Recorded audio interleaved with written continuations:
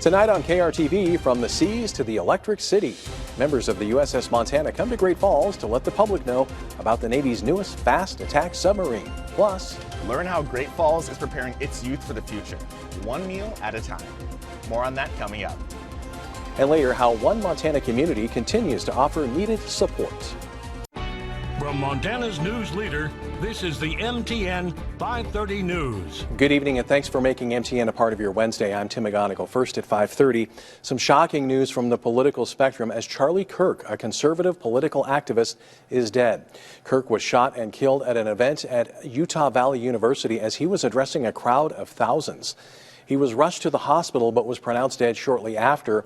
Kirk was a rising star in conservative politics and a fierce ally of President Trump, but also a polarizing political figure. He co-founded Turning Point USA, advocating for conservative politics on university campuses. A suspect was taken into custody after the shooting, but then later released. Several members of Montana's congressional delegation knew Charlie Kirk well, and he was certainly no stranger to the Treasure State. Our MTN senior political reporter Jonathan Ambarian joins us with that part of our coverage. Charlie Kirk's American Comeback Tour was scheduled to make another 9 stops at universities across the country over the next month. And on October 7th, the conservative activist was scheduled to speak at Montana State University in Bozeman. Kirk had already made several visits to Montana. Most recently, he held a rally last year, supporting Tim Sheehy's Senate campaign on the University of Montana campus in Missoula. Sheehy said on social media, quote, "This is heartbreaking news. Charlie was a good man and a patriot who fought tirelessly to make our country better. The impact of his work on behalf of the conservative movement and to encourage young people to engage in our politics will be felt for generations to come." Senator Steve Daines' office says he joined Kirk at an event at Montana State in 2019. Daines said in a social media post, quote, "Absolutely devastating news. Charlie Kirk was a friend, a loving husband, a father, and fearless leader who inspired the next generation. Cindy and I grieve with his family in this profound loss." Congressman Ryan Zinke posted that a prayer vigil would be held at a church on Capitol Hill and said, quote, "Charlie Kirk practiced his right to free speech and peaceful assembly and believed everyone, regardless of their religion or politics, had the same rights. Our nation is deeply divided and suffering from an epidemic of political mental sickness." Congressman Troy Downing's office said Kirk once recorded an episode of his show at Downing's home. Downing said on social media, quote, "He was an unapologetic defender of this country and conservative values, but always extended his microphone to hear the other side. If ever there was a time to honor his legacy and reject the atrocity of political violence once and for all, that time is now." In Helena, Jonathan Ambarian, MTN News. Another warm day today as temperatures are in the 80s and the upper 70s in most spots. And the hottest temperatures are in northeastern Montana. It's currently 88 degrees in Malta and Glasgow.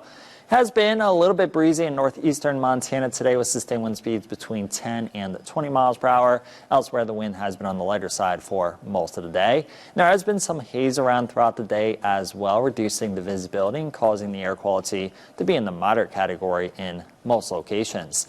There were a few showers and thunderstorms around this morning within north central Montana. For a lot of this afternoon and evening, we have had partly cloudy skies and mostly dry conditions, but there are a few isolated showers and thunderstorms around right now. And more scattered showers and thunderstorms are expected as we head into tomorrow and Friday. We could also potentially see a few strong to severe thunderstorms later on tomorrow.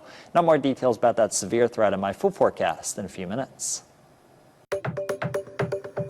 Crew members of the Navy's newest fast attack submarine, the USS Montana, are currently on a statewide tour. Commander John Gilligan and several of his top sailors were in Great Falls today, meeting with the community as part of a namesake visit that honors the submarine's connection to Montana. The USS Montana is the Navy's newest Virginia-class nuclear-powered fast attack submarine. Home ported at Joint Base Pearl Harbor, its missions include everything from intelligence gathering and surveillance to land attack with Tomahawk cruise missiles, mine laying, and even supporting Navy SEAL operations. The visits are part of a Navy and USS Montana Committee program to help sailors learn about Montana's people, history, economy, and culture. We're incredibly proud of the ties that we have with the state of Montana and the support of the USS Montana Committee and all the Montanans that we meet. Those close ties help build our culture on board and make Montana a unique place to live and work. Earlier this week, the crew toured the state capitol, and tonight they'll join the Little Shell tribe for a powwow in Great Falls. Tomorrow, they'll be in Fort Benton for a public reception hosted by the VFW and American Legion. The tour will wrap up this weekend at the University of Montana's Military and Veterans Appreciation football game, where the crew will be introduced on the field. Reading, writing, and arithmetic, and now cooking. An educational program has made its way to the Electric City aimed at helping future high school graduates navigate their way around the kitchen. MTN's Quentin Shores shows us what's on the menu. Knowing how to cook for oneself is an important life skill that many younger people tend to struggle with. Fortunately, there is a solution. She started during the summer with younger kids, a kids cooking club that we did once a week during the summer. A program called Future Chefs, where kids got to make sandwich wraps, coffee cake, and more.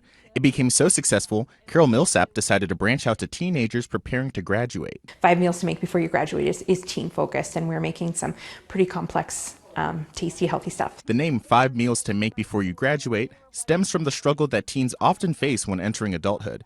Whether it be college or the workplace, everyone needs to know how to cook for themselves. So you won't starve to death. Yeah, that was the philosophy. My coworker was the one that came up with the idea because she said when she left for college, she didn't have any idea how to cook or how to do anything. Teens can show up once a week right after school around 3:45 and learn to make a delicious meal for themselves that they can take home and share with their families or eat then and there. By the end of the school year, you will have mastered 5 delectable dishes. They are available to everyone regardless of ability to pay. So we hope that that people come down and check us out. For more information on this or other library after-school programs, you can go to the link on our website. In Great Falls, I'm Quentin Shores, MTN News.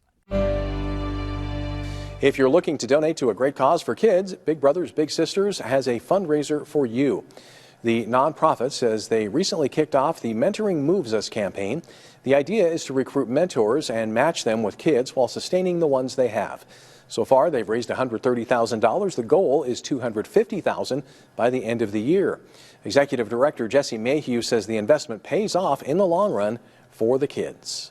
There's new research out showing that littles in our program are 20% more likely to go to college, and they are going to earn 15% more over their lifetime. And I mean, that's a huge difference for these kiddos. If you would like to donate, you can reach out to Big Brothers Big Sisters. We have a link on our website. In July, the 988 Suicide and Crisis Lifeline announced it would eliminate the option that directs LGBTQ+ individuals to resources when calling the suicide hotline. One Montana Health Department is rolling out a new 988 campaign, while another department has started an LGBTQ+ support group. MTN's Megan Thompson has more on these new services. Montana has some of the highest suicide rates in the nation. But despite a move to eliminate resources for a particularly vulnerable section of the population by the national organization in charge of a hotline designed to help prevent suicide, the Butte Health Department says that the 988 hotline is equipped to help all members of the community who are in crisis. Just one person that affirms you are okay exactly as you are loved, you are wanted here, you are needed here. Heidi Doxey is the president of the Butte Pride Foundation. She says the national organization's decision to eliminate direct services for LGBTQ+ individuals who are calling the Suicide and Crisis Hotline may have dangerous implications. Particularly for queer youth, one affirming adult can reduce suicide rates significantly. Data compiled by the Montana Department of Health and Human Services shows that for decades, Montana has been leading the nation in suicide rates. We are 3 times the national average for suicidality among youth and young adults specifically, which is astronomically high. It's in the top 5. Then for LGBTQ youth, the rate is 4 times that. And we don't want dead kids. We want your kids here. We want them to feel loved and accepted as they are. As the Butte Silver Bow County Health Department rolls out a new ad campaign to bring awareness to the 988 hotline, the behavioral health coordinator says they are equipped to handle everyone who calls.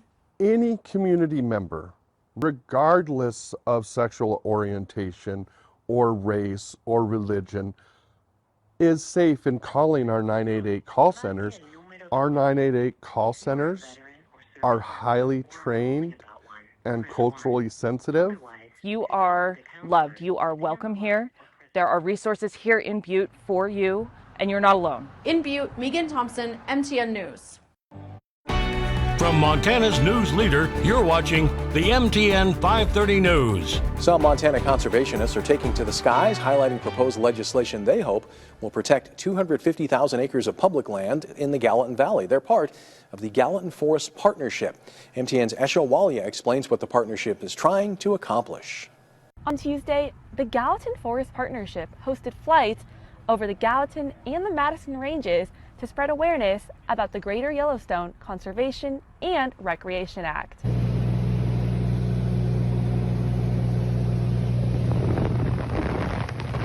The eye-opening part, flying from here down to Big Sky and then back up the Gallatin Range, was the amount of urban development that's going on in this area. Caleb Tagan is the Gallatin Valley board member for Backcountry Hunters and Anglers, which is the true voice of the wild, public lands, wildlife, and water access throughout the country. Caleb and members of the Gallatin Forest Partnership came together Tuesday to promote the Greater Yellowstone Conservation and Recreation Act, which would permanently protect 250,000 acres of public land in the Gallatin and Madison Range for its clean water, its wildlife habitat, and the recreational access that we all enjoy today. Barb Sestero, Montana State Director of the Wilderness Society, tells me this act would maintain existing recreational areas while preventing the creation of new ones. New roads and trails fragment that wildlife habitat, and they put more people into places where wildlife go to get away from people. I asked Barb to walk me through the land they're working to protect. The green shows our proposed wilderness in the Gallatin Range. It's about 102,000 acres that starts from Highlight Lake and follows the crest down to the park boundary and takes in this roadless area on the park boundary on the south side of Tom Minor Basin. That's where the flights come in, to show people the areas the Gallatin Forest Partnership is hoping to protect. Once we cross over Big Sky, the first big designation that we'll cross is the Porcupine Buffalo Horn Wildlife Recreation and Management Area. And urged the Montana delegation to introduce the act in Congress. I feel like we have a responsibility to protect that legacy for future generations. In Gallatin County, Esha Walia, MTN News.